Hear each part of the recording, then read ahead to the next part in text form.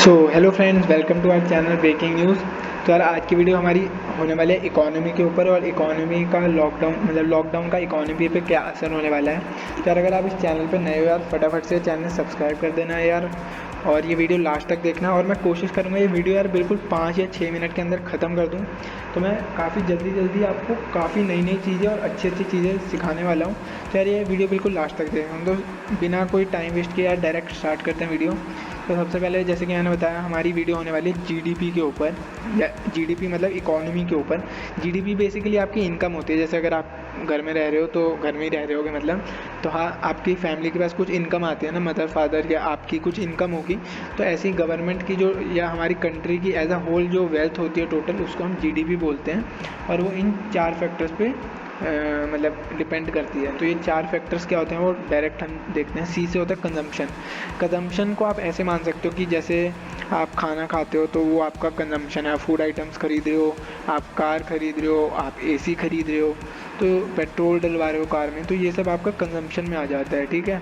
फिर बात करते हैं जी मतलब गवर्नमेंट स्पेंडिंग। गवर्नमेंट स्पेंडिंग हो गया कि जो भी गवर्नमेंट एम्प्लॉयज़ को सैलरी मिल रही है, या गवर्नमेंट कंस्ट्रक्शन पे या रिपेयर एक्टिविटीज़ पे खर्च कर रही है, या उनके स्कूल वगैरह हो गए, तो ये आपका गवर्नमेंट स्पेंडिंग पे आ जाता है। तीसरा होता है इन्वेस्टमेंट। दोस्तों इन्वेस्टमेंट हो गया कि जैसे कोई एक कंपनी है, आप एग्जांपल ले लो मारुति का। तो मारुति ने एक अपना प्लांट लगाया, तो वो डायरेक्ट पैसे डालेगा और गाड़ी तो बन नहीं जाएगी। तो एक मशीन उसको सेटअप करनी है, फिर मशीन का मेंटेनेंस करना है, वहाँ पे पूरा रख रखाव रखना है, बिल्डिंग्स बनानी है अपनी, मतलब इंडस्ट्री पूरी सेटअप करनी है, फैक्ट्री लगानी है। तो जितना भी पैसा वो उस पर लगाने वाला है यार, वो उसको एक इन्वेस्टमेंट बोलते हैं। मतलब ऐसे समझ लो कि इनिशियल आपको कुछ पैसे चाहिए है ना, जैसे आपको एक दुकान खोलनी है, समझ आ रही है बात।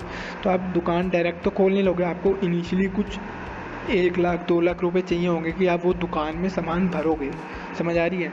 तो उसको हम एक इन्वेस्टमेंट बोलते हैं कि इनिशियली आप कुछ एक पैसा डालोगे, फूकोगे, जिससे आपको आगे में भी फ्यूचर में उसका रिटर्न्स मिलेंगे, तो उसको हम इन्वेस्टमेंट बोलते हैं।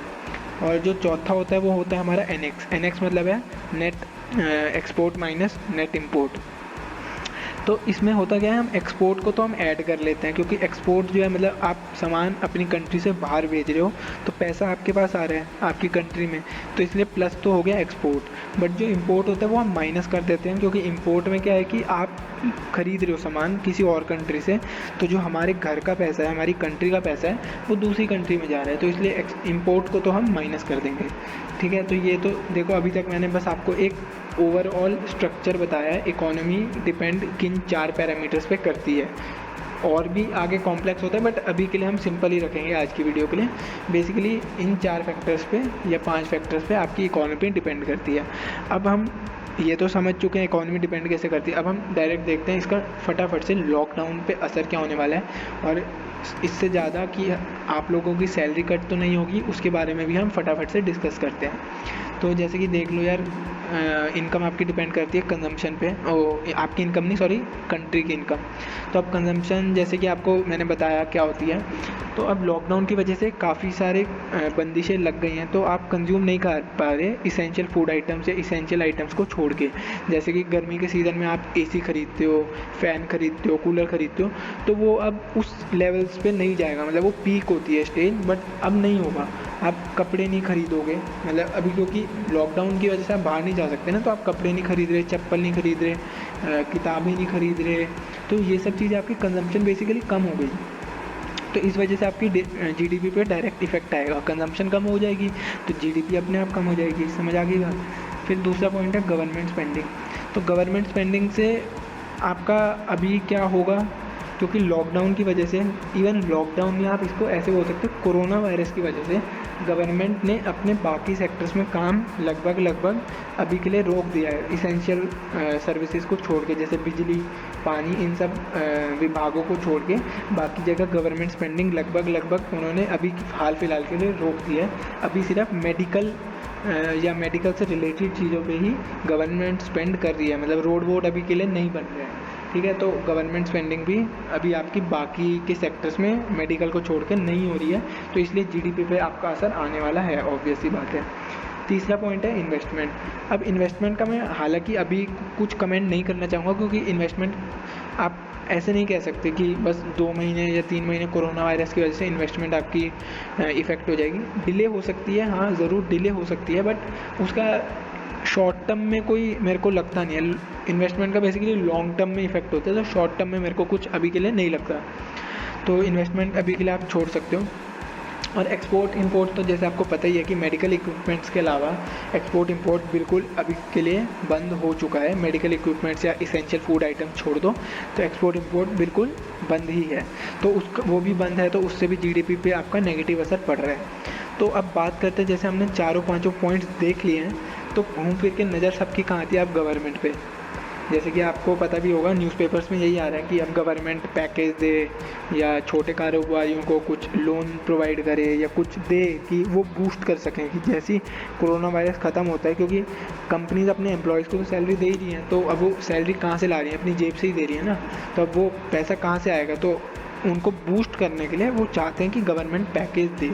तो दोस्तों बात करो कि अब गवर्नमेंट के पास पैसा कहाँ से आता है, या गवर्नमेंट के पास पैसा भी आप लोगों से ही आता है।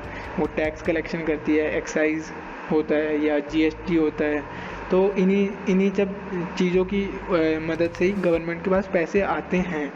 तो इसलिए काफ़ी अफवाह भी फैलाई जा रही थी कि यार सैलरी कट होगा, और जो कि हुआ भी है।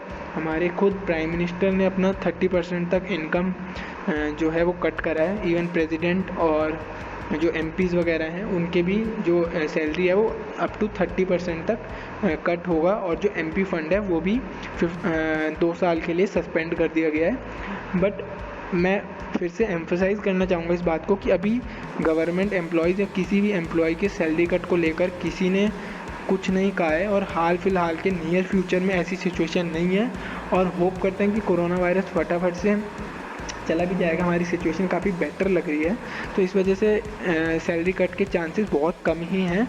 बट फ्यूचर का कुछ पता नहीं है, अगर मे बी आगे सिचुएशन बहुत ज़्यादा बदतर होती है, जो कि होने के चांसेस बहुत कम हैं, तो गॉड नोज़। बट अभी के लिए कुछ नहीं है। इवन कुछ अफवाह फैली थी कि पेंशन कट हुआ है कुछ लोगों का, बट गवर्नमेंट ने उसी टाइम अपना एक स्ट्रिक्ट वो लिया है कि वो किसी भी नियर फ्यूचर में कोई भी सैलरी कट या पेंशन कट नहीं कर रहे हैं। तो गाइज़ आज की वीडियो में इतना ही। यार आपको पसंद आई हो, नॉलेज मिली हो थोड़ी, यार फटाफट से आप प्लीज़ चैनल सब्सक्राइब कर देना और अपने दोस्तों के साथ शेयर करना, क्योंकि ये बिल्कुल एक जनरल पब्लिक अवेयरनेस टाइप है। तो ये प्लीज़ अपने दोस्तों के साथ शेयर करना। तब तक के लिए सी या, हैव अ गुड डे।